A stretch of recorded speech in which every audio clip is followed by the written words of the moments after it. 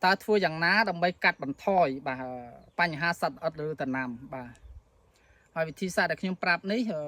việc cắt bẩn thoi ban trơn mà để tha đôi chia tận nam một bên khác đôi chia sờ ấy có dương khơi tha sang ta mà rồi phi rồi đấy đã miên mui pi cái lại đấy không cho nó đóp có việc miên sạch ở đây thi xa được nhưng phương ní đóដោយសារតែខ្ញុំឃើញបងប្អូនយើងខ្លះបាទបានយកស្លឹកចន្ទីប្រមូលមកដុតប្រឈួរដោយគាត់យល់ថាការធ្វើបែបហ្នឹងធ្វើឲ្យសត្វល្អិតរត់ចេញដេញចេញបាទអញ្ចឹងខ្ញុំចង់បញ្ជាក់បងប្អូនថាបងប្អូនត្រូវយល់មូលហេតុឯបានជាសត្វល្អិតនេះវាមកស៊ីដំណាំរបស់យើងបាទត្រូវយល់រឿងហ្នឹងបើបងប្អូនអត់យល់ទេបងប្អូនទៅធ្វើបែបដុតអីហ្នឹងគឺវាមិនត្រឹមតែអត់ជួយកាត់បន្ថយសត្វល្អិតទេប៉ុន្តែវាផ្ដល់អាផ្សែងហ្នឹងទៅជាជាតិពុលធ្វើឲ្យដំណាំយើងមានជំងឺបាទហើយសត្វល្អិតបើទិនសិនណាជាវាត្រូវបាត់គឺវាបាត់តែមួយពេលទេវាអត់បាត់រយៈពេលយូរបងប្អូនបាទអញ្ចឹងវិធីសាស្ត្រដែលខ្ញុំប្រាប់នេះគឺវាបាត់រយៈពេលយូរហើយដូចជាដំណាំស្រូវភ្ញៀវរបស់ខ្ញុំគឺពេលខ្លះគឺស្រូវគាត់មករដូវនោះគឺអត់ប្រើថ្នាំសត្វល្អិតសោះតែម្ដងបាទគាត់ថាខ្ញុំនិយាយនេះគឺកាត់បន្ថយបានខ្ពស់ខ្ញុំនិយាយតែប៉ុណ្្នឹងទេបាទมันអាចថាអូគ្រប់កន្លែងគឺ 100% ទេបាទអញ្ចឹងបងប្អូនត្រូវយល់ថា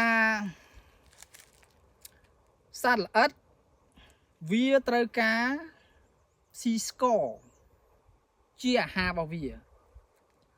ហើយវាអត់អាចទៅធ្វើស្ករធ្វើអីដូចមនុស្សយើងបានទេបងប្អូនវាអត់អាចទៅធ្វើជាលក្ខណៈស្ករដូចមនុស្សយើងបានឬមកក៏ទៅលួចស្ករលួចអីតាមរយៈតាមផ្ទះយើងបានទេបាទហើយដំណាំនៅពេលដែលវាលាស់ត្រួយមកវាសម្បូរជាតិស្ករនៅក្នុងអាត្រួយវាហ្នឹងបាទបងប្អូនទៅយល់កន្លែងហ្នឹងកាលណាវាតម្រូវការស្ករដើម្បីរស់រានមានជីវិតរបស់វាហើយស្ករនេះវាមាននៅក្នុងអាដំណាំរបស់យើងជាពិសេសគឺត្រួយខ្ចីហ្នឹងអញ្ចឹងវាមកគោលដៅរបស់វាគឺវាស៊ីស្ករទេវាមិនមែនចង់បំផ្លាញត្រួយរបស់យើងទេប៉ុន្តែដល់ពេលស៊ីទៅអាទឹកមាត់វានឹងវាមានបាក់តេរីមានវ៉ៃរុសចូលក្នុងហ្នឹងទៅក៏វាចាប់ដើម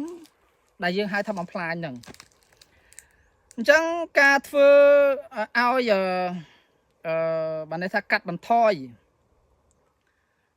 សត្វល្អិតចូលដំណាំរបស់យើងបងប្អូនត្រូវធ្វើយ៉ាងណាឲ្យដំណាំនេះវាមានប្រព័ន្ធកោសិការរឹងមាំហើយក្រាស់បាទបានយើងអាចកាត់បន្ថយបាន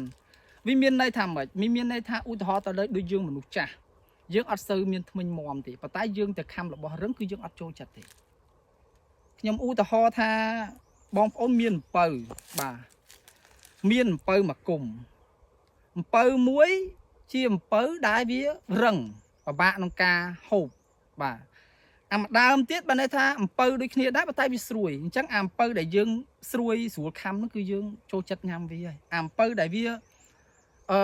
រឹងវាអីហ្នឹងគឺយើងអត់ចូលចិត្តហូបវាទេបាទ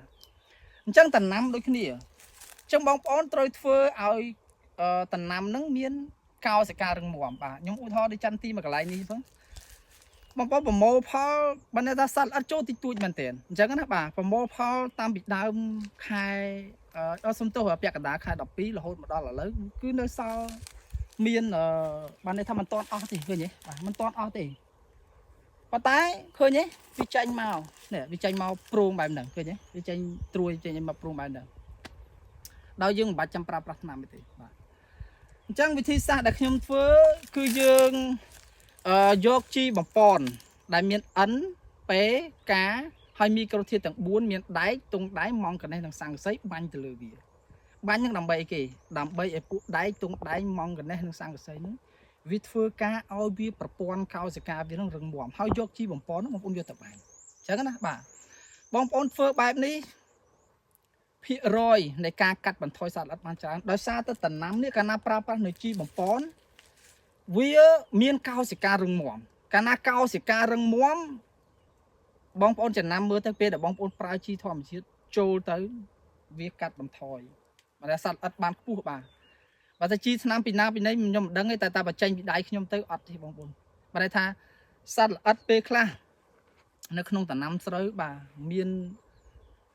បានន័យថា 10 កន្លែងនេះមាន1 កន្លែង 2 កន្លែងគឺគាត់មិនប្រើមិនប្រើថ្នាំសត្វអត់បដ ாய் បាទអញ្ចឹងវិធីសាស្ត្រនេះបងប្អូនអាចសាកល្បងបានណាព្រោះខ្ញុំធ្វើវិធីសាស្ត្រនេះមកចង់10 ឆ្នាំហើយគឺវិធីសាស្ត្រនេះគឺវាកាត់បន្ថយខ្ញុំនិយាយថាកាត់បន្ថយមិនមែនឲ្យទប់បាន 100% ទេទោះបីជាបងប្អូនប្រើថ្នាំក៏បងប្អូនប្រើថ្នាំល្មមដែរថ្នាំសត្វល្អិតណាបាទក៏បងប្អូនប្រើល្មមអត់ប្រើច្រើនដែរអញ្ចឹងណាបាទយើងប្រើវាមកល្មមបានន័យថាបន្ថយចំណាយយើងបាត់អត់ឃើញទេបាទអាហ្នឹងវាបន្ថយចំណាយយើងបន្តិចអញ្ចឹងណាបាទពេលដែលយើងប្រើជីធម្មជាតិទៅវាបន្ថយជំងឺទៀតយើងថយលុយមកកម្រិតទៀតឃើញទេបាទឥឡូវខ្ញុំឧទាហរណ៍ជាក់ស្ដែងចន្ទទីនេះបាទប្រើទឹក 5000 លីត្រហើយគាត់ប្រើជីថ្នាំអស់តែ $1000 ជាងឯងគាត់ប្រមូលផលបាទជិត $20000 ឃើញទេវាកាត់បន្ថយគាត់បានច្រើនគាត់បានចំណូលខ្ពស់អញ្ចឹងណាបាទ